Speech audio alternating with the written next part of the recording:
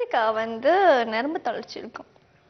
பாரு பாரு சின்ன பொண்ணுக்கு சின்ன பொண்ணு நம்மளோட சின்ன பொண்ணு நம்ம ஏஜ் தான். அப்படியா? சரி சரி. அவங்களுக்கு வந்து நரம்பு தளர்ச்சி இருக்கறனால நம்ம நரம்பு தளர்ச்சினா பாட்டி தாத்தாக்குள்ள தானே வரும். நரம்பு தளர்ச்சினா எதுவுமே ஒரு காஃபி கூட இல்ல இல்ல சின்ன பொண்ணுங்களுக்கும் வரும். ஓ சரி. அது வந்து அதனால வந்து சென்னையில ட்ரீட்மெண்ட் எடுத்திருக்காங்க. எடுத்து சரியாவல அப்படின்னு சொல்லிட்டு நம்ம சிம்பு வந்து நீ கேரளால போய் ஆயுர்வேத ட்ரீட்மெண்ட் எடுத்துக்க. சிம்பு அவரை பிரிஞ்சிட்டாங்கன்னு சொன்னேன். நான் ரொம்ப சந்தோஷமா இருந்தேன். சிம்பு நான் ஹன்சிகாவும் பிரிஞ்சிட்டாங்க அப்படின்னு நீ வந்து இல்ல திருப்பியும் இவர் ஏன் இதெல்லாம் சொல்றாரு? ஃப்ரெண்ட்லியா சொல்லிருக்கலாம். அப்ப சரி ஓகே. ஃப்ரெண்ட்லியா கூட சொல்லிருக்கலாம். இந்த மாதிரி கேரளால போய் ஆயுர்வேத ட்ரீட்மெண்ட் எடுத்துக்கோ அப்படின்னு சொல்லிருக்கலாம். அந்த மாதிரி ஹன்சிகா கிட்ட சொல்லிருக்காரு.